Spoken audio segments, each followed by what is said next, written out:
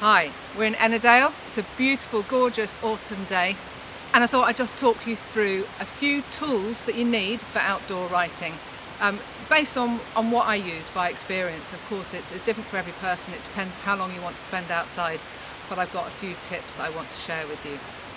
So, in no particular order, this is a really handy little seat. It's only £4 from camping shops. And it makes so much difference. If you're sitting down for a long time, just looking and soaking things up, this will help you to sit down for much longer. So along with that, you do need to be warm and dry, because it will often rain.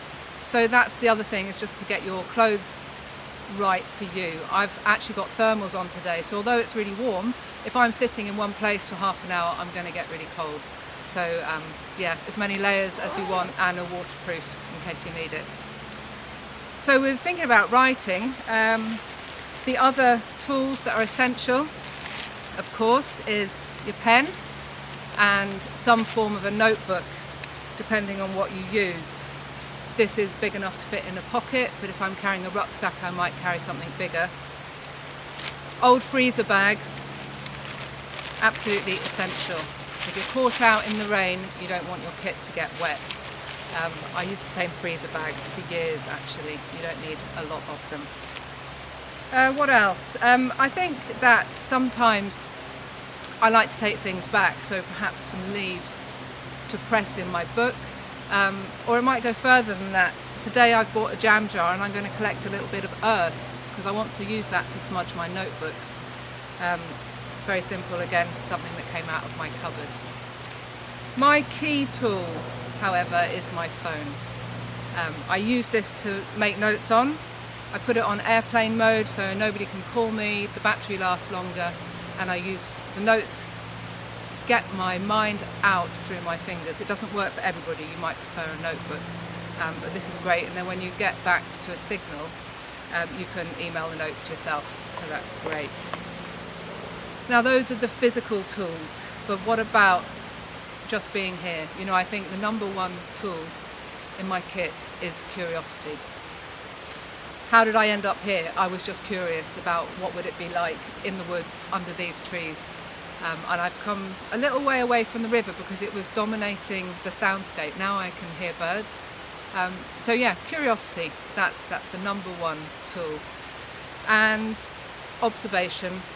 So I might sit down for a long time, I might lean against the trees, use my senses, hands, really feel the texture of things. Water, you know, you can put your hand in the river, you can feel the moss.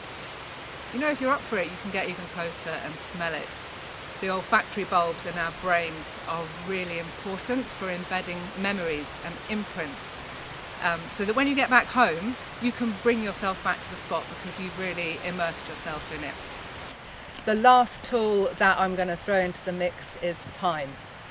Now, you might write a brilliant piece in 30 seconds because you're just totally in the zone, or it might take you a lot longer. You might need to walk for 2 hours before you even begin writing, or you might want to write constantly for half an hour, whatever is your thing. But time is very flexible. You can shift it a lot as a writer or as somebody who's curious about the outdoors. And I brought something along that I wanted to read from a book that Anthony Gormley put together around his sculptures that are around the body, but he talks about time. And I like what he says. From 1840 onwards, time moved towards what it is now, a commodity. GMT was adopted as late as 1880. Until then, time kept trying to move at its own pace, that is, the pace of the natural pre-industrial world. Can you tell a cow it must calf in exactly 1 hour? Humans find time stressful now, mainly because we cannot find time at all. We have lost, not leisure exactly, but a sense that there is time enough to do what needs doing, and some left over to enjoy. We thought we could become time lords. Instead, we live in a clockocracy.